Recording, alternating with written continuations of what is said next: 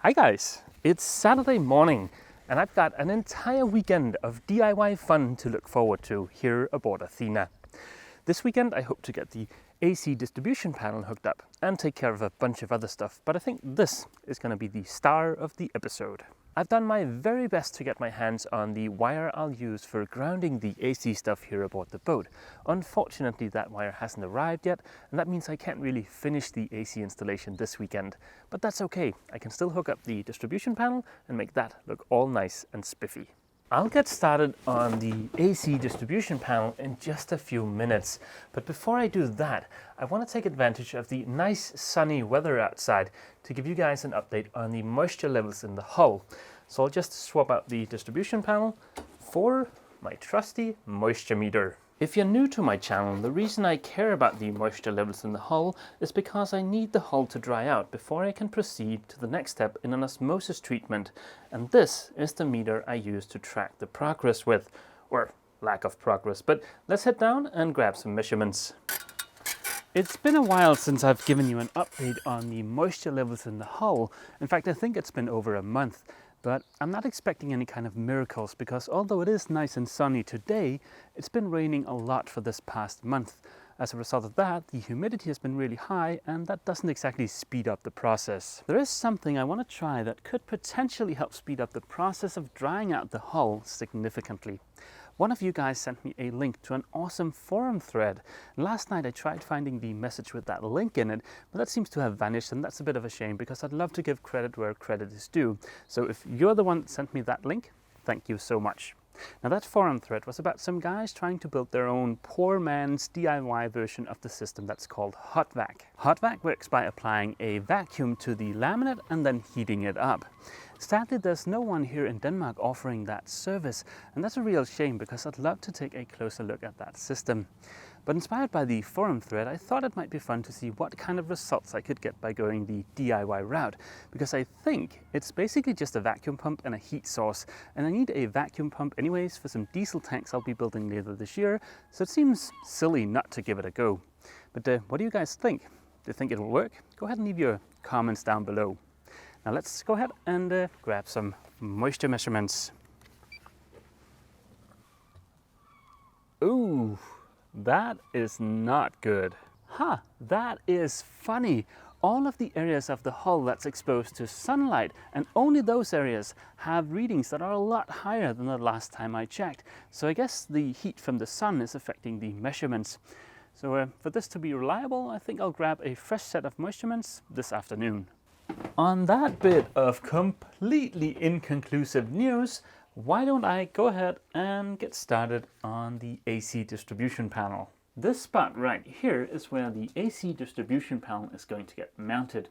Last weekend I took care of the bit of wiring that's down here, and I'm really pleased about how that came out. So now I need to figure out how to make this look as neat as possible with the distribution panel in place. I think the first step is going to be to remove the outer insulation of these cables in a relatively nice straight line, just to have it look nice. I'll aim for somewhere around 2 centimeters above the cable clamps. By pure dumb luck, this masking tape just so happens to be 19 millimeters wide.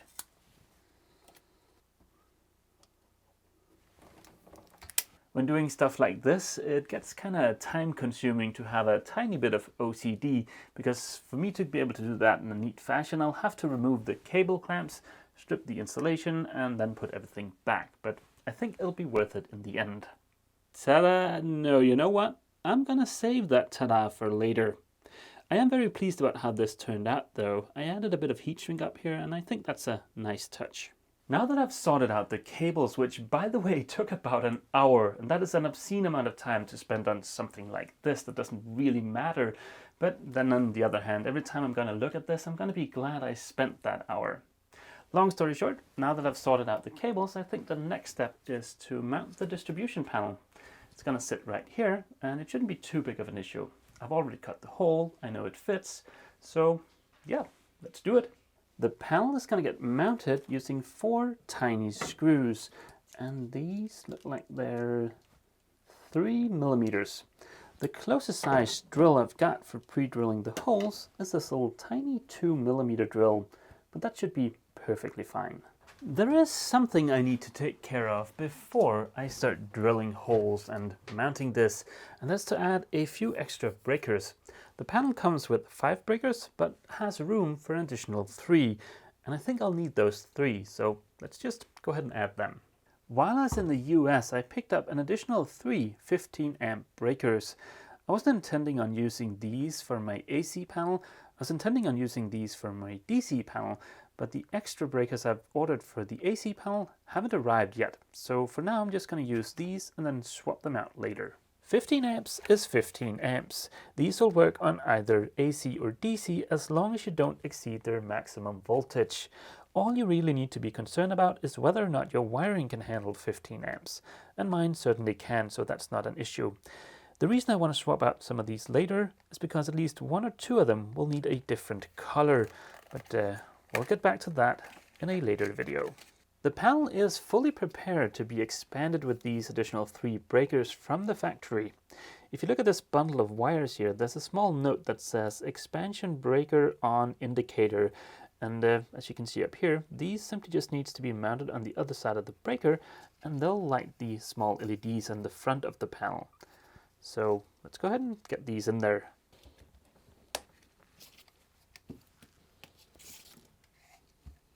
It looks like the screws that will be used to attach the breakers to the panel are included with the panel, but included with the breakers were these little guys. I have no idea what these are for, but let's forge ahead.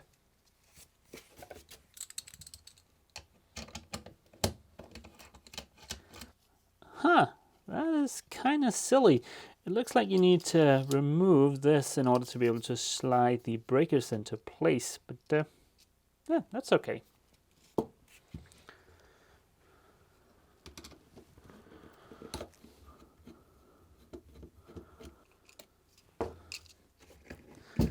Well, this is pretty straightforward. It's almost like playing with Legos.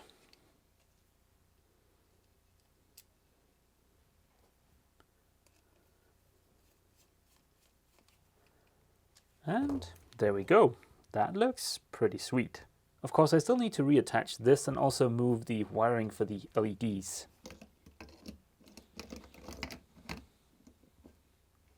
And there we go. A fully upgraded AC distribution panel. Now that I've got all of the breakers on here, I can finally go ahead and mount the panel. And that's the last screw.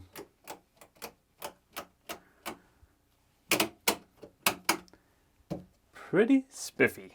This is what the inside of the locker looks like now. The next challenge is going to be to get these wires routed up to the panel in a neat fashion. I'll need to connect the black wires, that's the hot wires, over here to the breakers, and all of the white wires will need to get connected to this bar, and all of the green ones to the bar over here. And this needs to be hooked up to 12 volts, that's for the backlight in the panel. And that's kind of annoying because I've got 12 volts right over here, but I'll need to run this in some kind of conduit. I don't really have any words of wisdom to depart on how to do this. For me, it's just a matter of untangling the wiring and just playing around with it until I'm happy with the result. I've bundled up each of the 3 colors so that I could get a rough idea of where they need to go. I think the first thing I'll do is to connect the source, because that needs to be connected down here at the very bottom of the panel. Fast forward a couple of hours, and I'm not kidding, it has literally been a couple of hours. The stuff is time consuming as all heck, but at least I'm about a third of the way there. Let me show you. As you might be able to tell, the ground is now neatly tucked away behind the neutral here, and I'm about halfway through the neutral. After that, of course, all that's left to do is to hook up the hut, but I'm not 100% satisfied with this. I mean, it's okay, but I'm not ecstatic. It took all day, but at least I am done now. The result, well, it's not perfect. It's okay, but it's not perfect.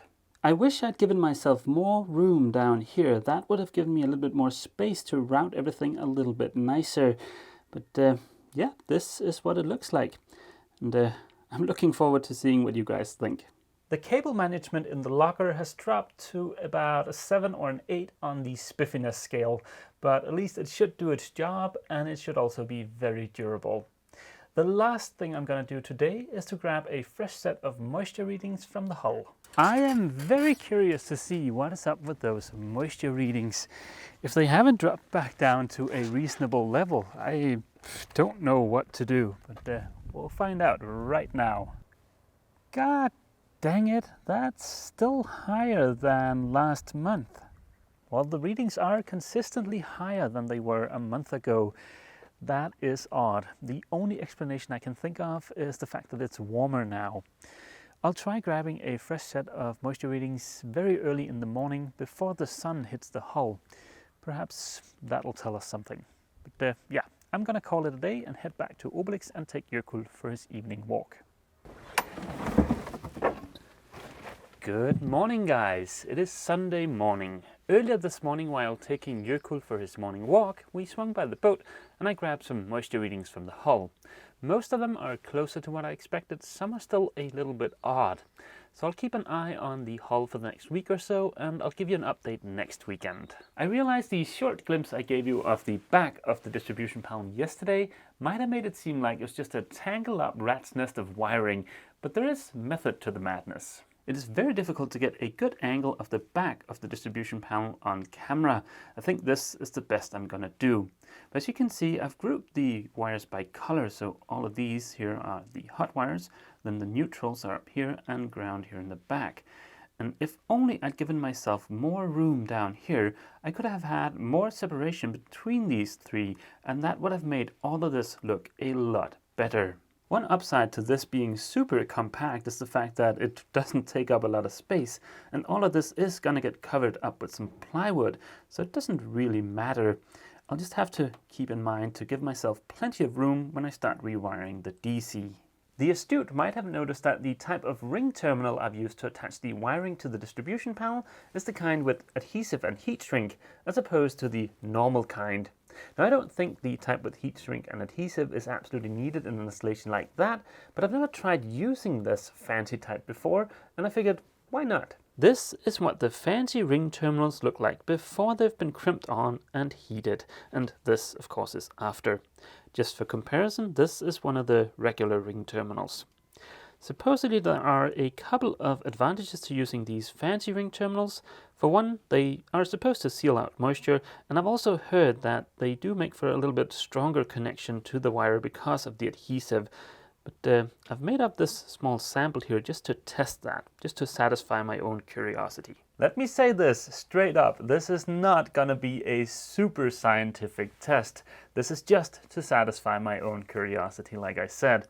So what I plan on doing is simply just suspending this from the boat and then finding some heavy objects to hang off of the ring terminals and see which one lets go first. Both of these ring terminals are appropriate for this gauge of wire. I put the fancy ring terminal on there 4 days ago just to make sure that the adhesive had plenty of time to do its magic. Ta-da! All ready to test. All I need to do now is to find something heavy to suspend from each of the ring terminals. That shouldn't be too difficult, there's loads of crap floating around here in the yard. I know this is kind of dorky, but please bear with me. The other end of this line is tied to a cleat up on deck, and I think this line is going to be way stronger than those puny ring terminals. Let's start with an assortment of old through hulls. These come in at around 2.7 kilos.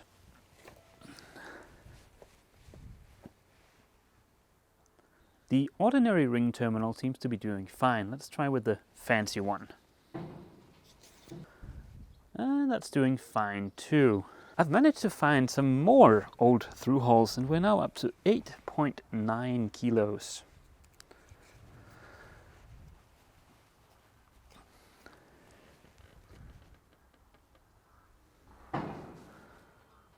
Huh. If anybody ever asks one of you guys how many sea cogs can a ring terminal hold, you'll know that it's more than 8. And of course, that is super useful knowledge to have.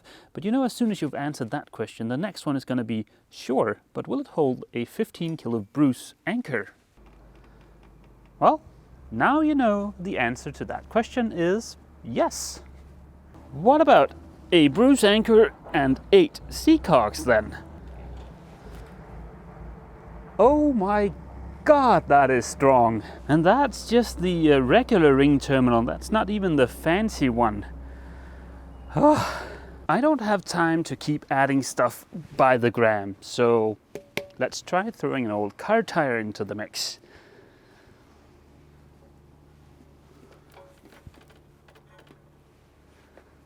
What? It is kind of cool that that little thing that's just crimped onto that wire can carry all of that stuff.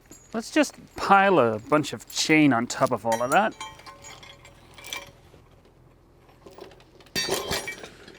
Okay, that seemed to be the limit. It looks like the crimp-on connection was the point of failure. Now let's see how the fancy ring terminal fares.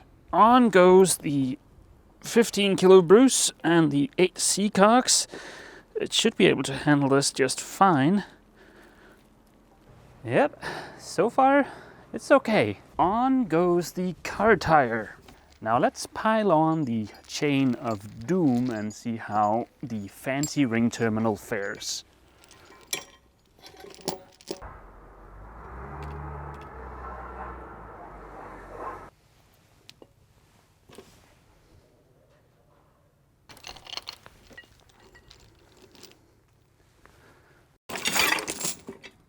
That took quite a bit of weight.